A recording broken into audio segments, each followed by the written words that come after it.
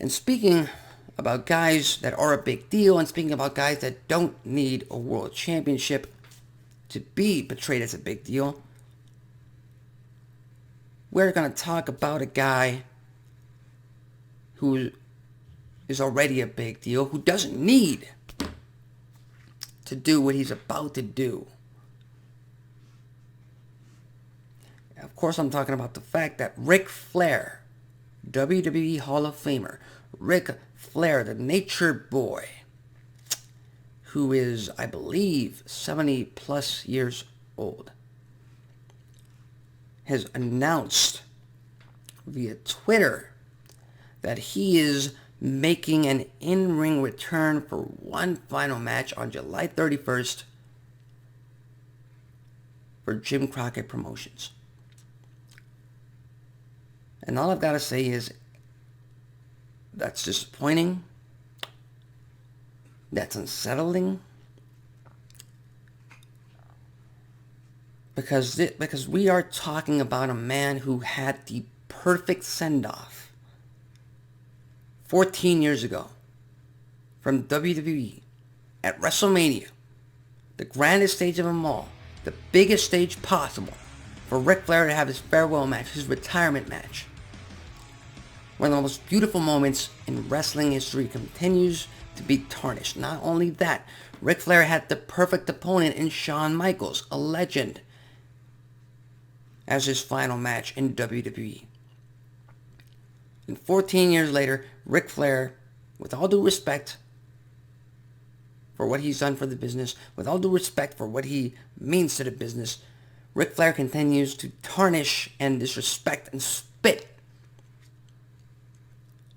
on all of that.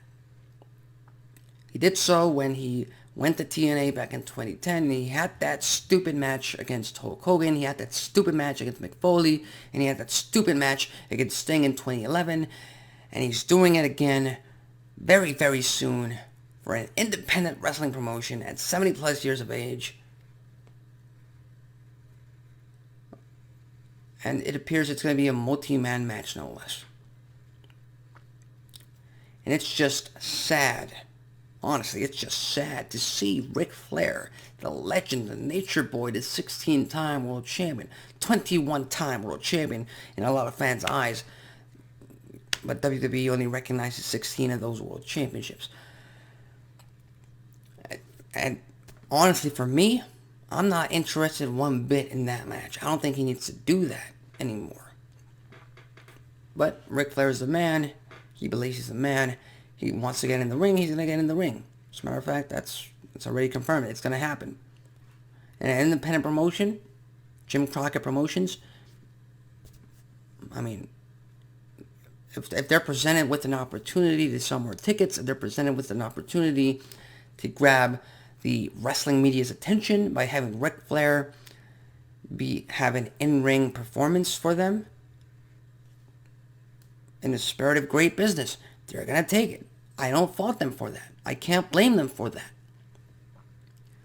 Because it's not Jim Crockett, because I'm pretty much sure it's not Jim Crockett Promotions reaching out to Ric Flair saying, hey, yeah, Nature Boy, Ric Flair, yeah, I know you had surgeries and you had a near-death experience over the past 2-3 years, but, you know, we need to sell tickets for this event. You want to be a part of this match? I'm sure Jim Crockett Promotions wasn't on the phone doing that. I'm sure it was Ric Flair calling them, calling anyone he could call.